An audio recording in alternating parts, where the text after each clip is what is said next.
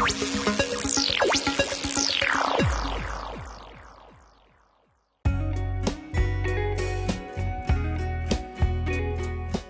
everyone, welcome back to the channel. Today I'm going to give you my 2 cents on one of the most groundbreaking films of the late 1960s, Midnight Cowboy.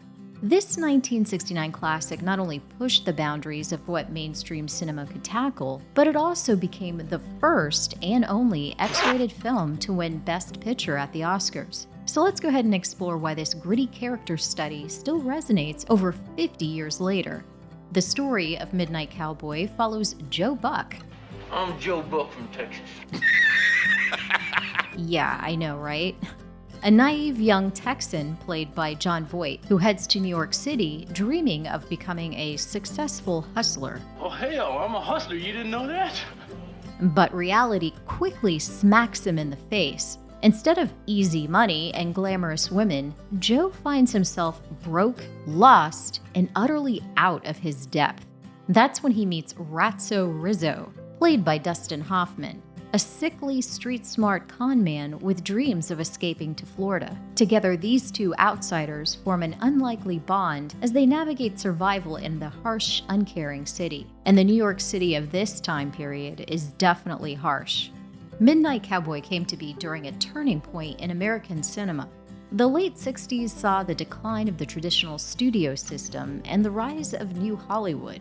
Filmmakers were pushing boundaries with raw, realistic storytelling. When it premiered, the film shocked audiences with its frank depictions of poverty, sexuality, and loneliness, earning an X rating from the MPAA. Yet the critics praised it, and it went on to win 3 Academy Awards: Best Picture, Best Director for John Schlesinger, and Best Adapted Screenplay. While the performances of Jon Voight and Dustin Hoffman are considered by some to be legendary, I couldn't help but feel that they were a little rough by today's standards. Jon Voight did a really good job of capturing Joe's mix of swagger and vulnerability, Wasn't like me, damn it. helping to make him both sympathetic and tragically flawed.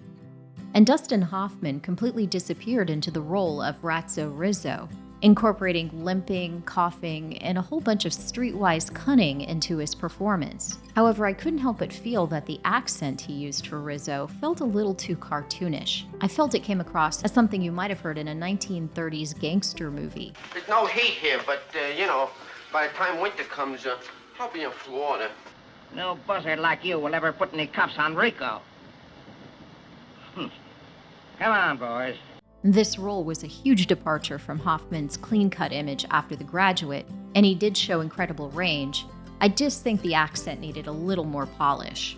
The chemistry between the two actors really felt authentic, and their friendship ends up becoming the heart of the movie.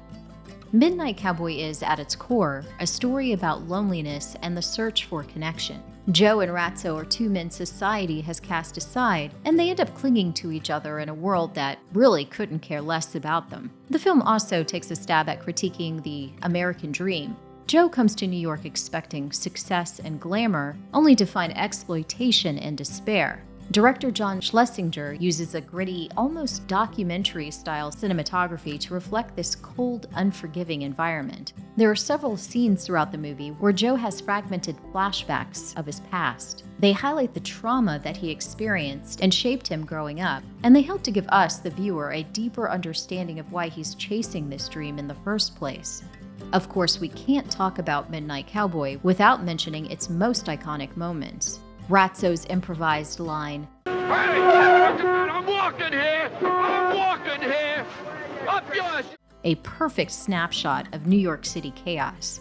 Then you have the haunting theme song, Everybody's Talking by Harry Nilsson, which captures the melancholy tone of the film. Everybody's talking at me.